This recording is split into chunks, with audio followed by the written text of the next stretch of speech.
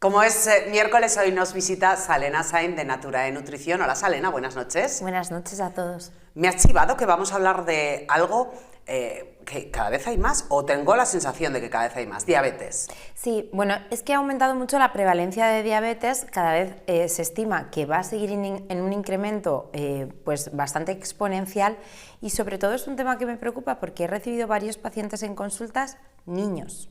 Entonces, quería hacer hincapié hoy en dar una serie de consejos, también en qué sintomatología se puede ver, en muchos casos que precisamente no hay sintomatología, y esto también me ha preocupado, niños que vienen con un perfil de obesidad, mucha circunferencia abdominal, mucho sedentarismo debido pues, un poquito al ritmo de vida que llevamos hoy en día, no buscado, también en muchos casos es inducido, ¿no? El COVID, la pandemia, la nueva forma de vivir en la que pues, nos preocupa que a nuestros hijos les pase algo si están solos, con lo cual les acabamos sobreprotegiendo y están menos tiempo libre en la calle.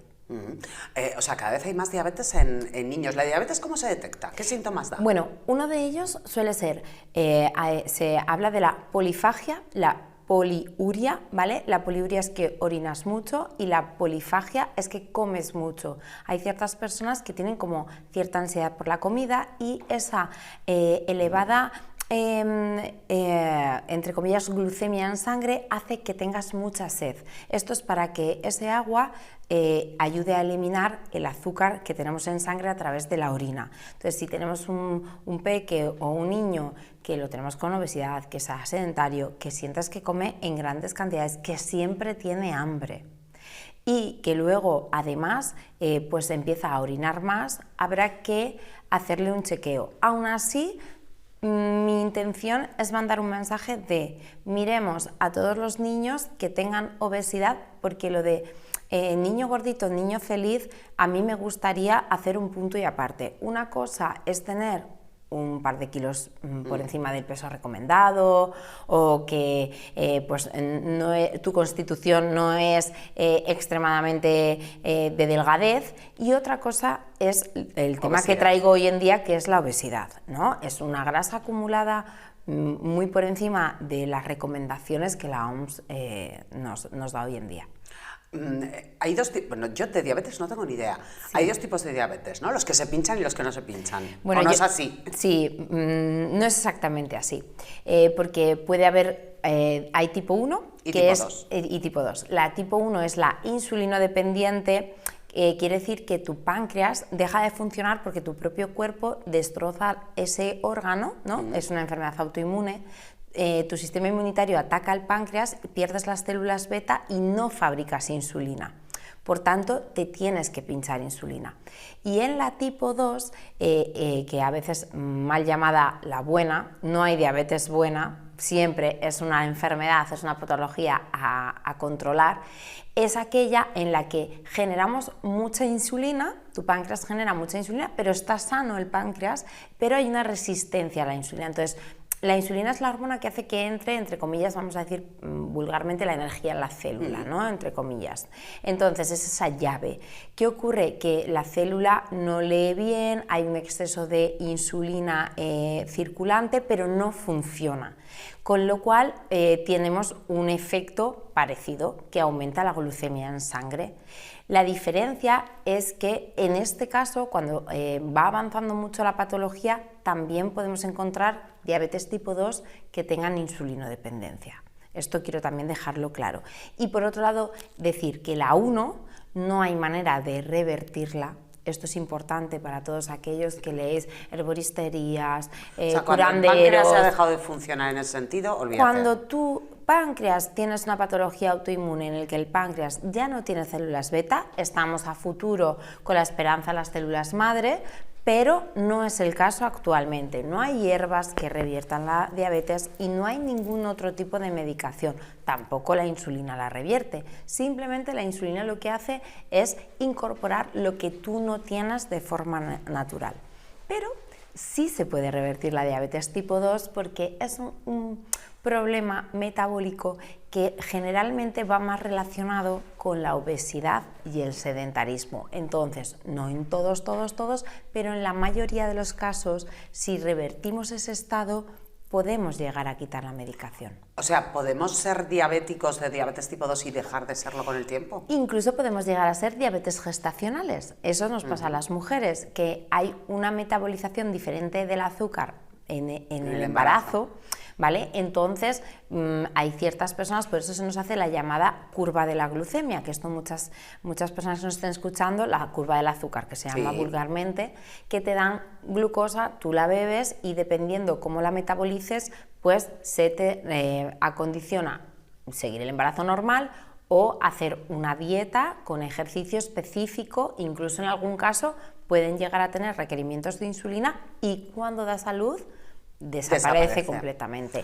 Tienes tendencia luego, a futuro el gen está ahí queda y es una buena idea hacer un buen embarazo regulado con un buen control y aprender mucho de cómo se trabaja la alimentación para la resistencia a la insulina y la diabetes y así luego a futuro evitarlo. Un día tenemos que hacer un programa hablando de lo que hay que comer cuando una está embarazada.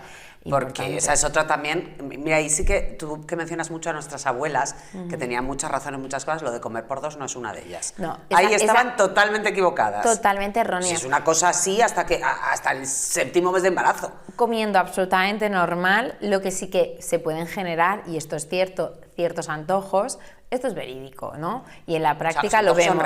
Son reales, en la práctica aparece. Y voy a decir una cosa, uno de los antojos que más encuentro yo en consulta y que además es muy saludable es el encurtido. Te iba a decir los pepinillos, se lo he oído a muchas embarazadas, sí. Siempre digo, habiendo cosas como el helado en esta vida, pues curiosamente, o los dulces, pepinillos. Pues curiosamente a mí me gusta mucho porque es uno de los antojos más recurrentes y que es muy saludable, trabaja flora intestinal, además no aporta unas calorías extra y va genial. Pero bueno, sí que se puede dar a veces picos de más necesidad de dulce. Hombre, lógicamente el feto está comiendo, se alimenta y en algún caso puedes tener necesidad de algo más, pero nunca es por dos. Bueno, ya hablaremos un día de qué comer cuando una está embarazada, pero volvemos a la diabetes. ¿Hay que quitar el azúcar del todo cuando uno tiene diabetes? Cuando uno tiene diabetes se recomienda absolutamente quitar el azúcar refinado, ¿no? Vale. Otra cosa es que puntualmente te puedas comer un pedazo de tarta casera, un cumpleaños, una celebración especial. Yo soy partidaria de llevar una coherencia de la patología en base a la vida, ¿no? No soy muy restrictiva y sí que me gusta dejar claro que no se puede consumir de normal, pero que en una ocasión puntual uno tiene un cumpleaños cada 2 meses o una celebración en Navidad. Y actualmente sí que es cierto que encontramos muchísimas preparaciones con menos azúcares añadidos. Y esto lo quiero dejar claro porque nunca recomiendo producto para diabéticos. ¿Por qué no? Pues bueno, esta es una explicación sencilla. Esto me parece muy importante. Pues en muchos de los casos, la mayoría de productos que vienen orientados como para diabéticos o sin azúcares suelen llevar incorporados primero muchos edulcorantes tipo polialcohol, tipo erititriol, y el erititriol sí se absorbe en el intestino. La mitad, cierto, pero puntúa como la mitad. Esto quiere decir que tú vas a tener un umbral del azúcar más elevado y además son productos que en norma general el resto de la composición no es muy adecuada. Voy a poner el ejemplo clásico, las galletas. Entonces, ¿qué ocurre? Que muchos de los pacientes ven galletas para diabéticos. Bueno, estas puedo porque son para diabéticos. No. Voy a ser sincera, esta discusión la he llegado a tener ingresada en un hospital, que me ponían para desayunar 8 galletas. Bueno, lo de dar galletas para desayunar en el hospital, a mí es algo que me da vuelta un ojo. Recurrir a la enfermera y decir, bueno, esto no me parece un desayuno muy adecuado, teniendo en cuenta paciente diabético, postquirúrgico y además teniendo en cuenta que no te mueves porque estás en el hospital encamado, con lo cual ni siquiera generas un gasto de energía. Pero y sin ser diabético, o sea, que te den galletas para desayunar en el hospital en lugar de Pero valoremos que no tienes una segunda opción siquiera. Entonces, ¿cuál es el desconcierto de los profesionales ante esto? Que te dicen, no, mira, estas sí puedes, porque son para diabéticos. Esa coletilla no quiere decir que sea apto. Primero, tiene mucho carbohidrato, otra cosa es que hayan cambiado simplemente los azúcares refinados por edulcorante. Con lo cual, ¿cuál sería el desayuno adecuado? Y desde aquí hablamos a todas las autoridades para una persona diabética en un hospital, pues podría ser unos huevos revueltos, una tortilla francesa de pavo, un pequeño yogur con unos frutos secos. Esto aportaría una proteína de buena recuperación muscular, aportaría también saciedad, frescor, una digestión ligera, y no hace falta rellenarse con un exceso de carbohidratos por la mañana, que además, y esto es algo que en muchos casos les sorprende. O podría ser, si queremos introducir más carbohidrato, una tostada con tomate natural y jamón, por ejemplo. Sería otra segunda opción, que nos vamos fuera de la sobrecarga de carbohidrato. Entonces, el mensaje es que porque ponga para diabéticos no quiere decir que sea ideal. Una cosa además que has apuntado, lo de el umbral del azúcar. Los edulcorantes, son tan intensos que nos acostumbramos a comer muy dulce. Sí, además no solo eso, hay muchos pacientes diabéticos que no saben que estos edulcorantes hacen que tu propio hígado fabrique glucosa. Se llama gluconeogénesis. El impacto de lo dulce en tus papilas gustativas hace que tu propio cuerpo genere una pequeña subida, y esto es bastante desconocido. A nivel metabólico y químico no es muy expresado generalmente cómo impactan los alimentos en nuestras glucemias. Que es un poco, bueno, me estoy aventurando, es un poco parecido a cómo un refresco cero o un refresco light en la máquina de calorías no da calorías, pero luego sí tiene un efecto, o sea, el efecto que hace en tu cuerpo sí aporta, sí engorda. Exactamente. Mira, voy a contar... Que yo no sé explicar por qué, pero esto yo sé que es así porque me lo has dicho tú. Voy a contar un detalle que es muy interesante, que me ha mandado un paciente ahora mismo, una captura de pantalla,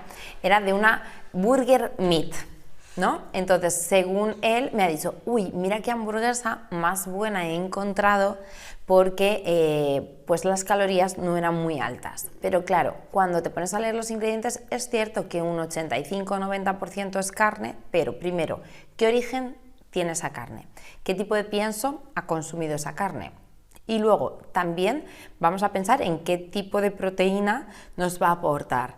Y por otro lado, hay que tener en cuenta ese 15-20% restante, ¿qué es? Porque nos encontrábamos féculas, te encuentras azúcares, te encuentras conservantes, te encuentras varios factores que hacen que esa carne ya no sea nutricionalmente tan interesante, a pesar de que es cierto, tenía un alto porcentaje y no tenía muchas calorías. Me hablas de una bandejita con una hamburguesa en el súper. Exactamente. Es que te sale mucho más a cuenta esto. Ya tú te vas a la carnicería, tu carnicería habitual, o a la sección de carnicería del súper, y dices, dame medio kilo de carne picada de lo que tú quieras. Bueno, pues de cerdo, mezcla lo que a ti te apetezca. Esa ha sido mi contestación. Claro. Para que entendamos un poco el mensaje también un poquito en relación a lo de los productos para diabéticos o demás.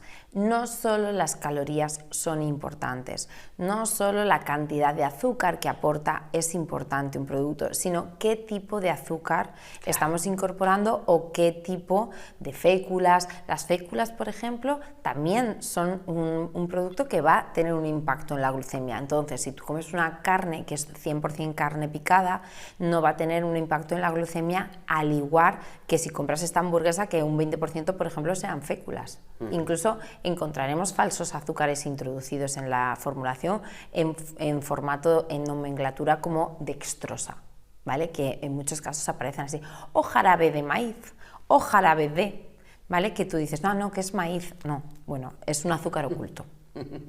Oye, es que hay que ser... nos ponen muchas trampas.